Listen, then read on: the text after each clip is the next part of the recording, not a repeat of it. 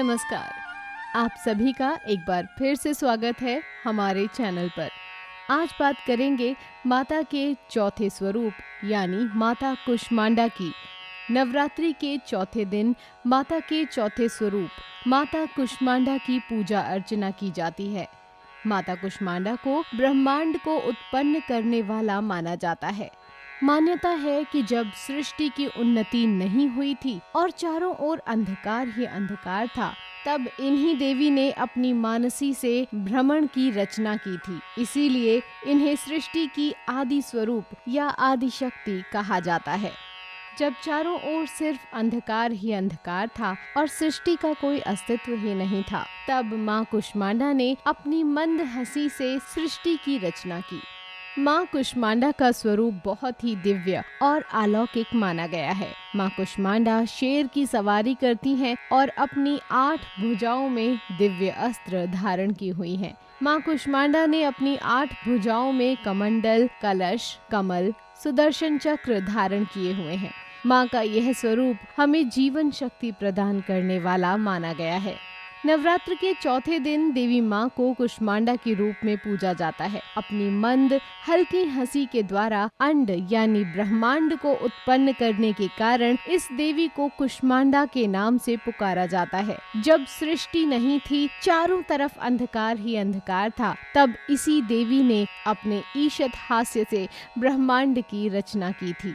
माँ कुष्मांडा की उपासना से भक्तों के समस्त यश, बल और आरोग्य की वृद्धि होती है। माँ कुष्मांडा अत्यल्प सेवा और भक्ति से प्रसन्न होने वाली है।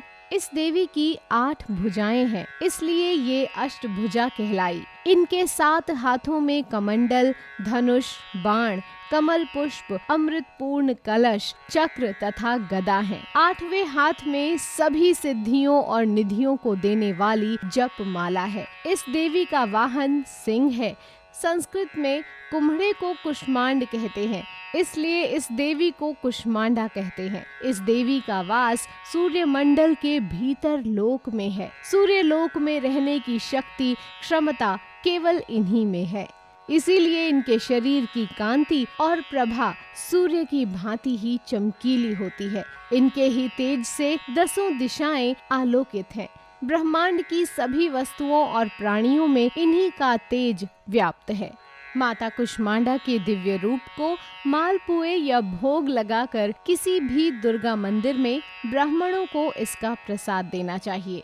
इससे माता की कृपा स्वरूप उनके भक्तों को ज्ञान की प्राप्ति होती है, बुद्धि और कौशल का विकास होता है। देवी को लाल वस्त्र, लाल पुष्प, लाल चूड़ी भी अर्पित करना चाहिए। नवरात्र में इस दिन भी रोज की भांति सबसे पहले कलश की पूजा कर माता कुष्मांडा को नमन करें। इस दिन पूजा में बैठने के लिए हरे रंग के आसन का प्रयोग करना बेहतर होता है। माँ कुष्मांडा को इस निवेदन के साथ जल पुष्प अर्पित करें कि उनके आशीर्वाद से आपका और आपके स्वजनों का स्वास्थ्य अच्छा रहे।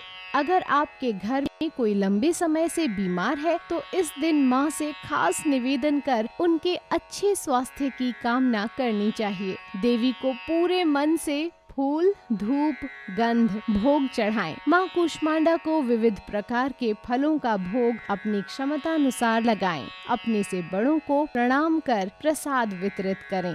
देवी योग ध्यान की देवी भी हैं। देवी का यह स्वरूप अन्नपूर्णा का भी है। उद्राग्नि को शांत करती हैं, इसलिए देवी का मानसिक जाप करें। सुरा संपूर्ण कलशम रुधिराप्लुतमेव च दधाना हस्त पद्माभ्याम कुष्मांडा शुभदास्तु मे। या देवी सर्वभूतेषु सृष्टि रूपेण संस्थिता नमस्तस्यै नमस्तस्यै नमस्तस्यै नमो नमः।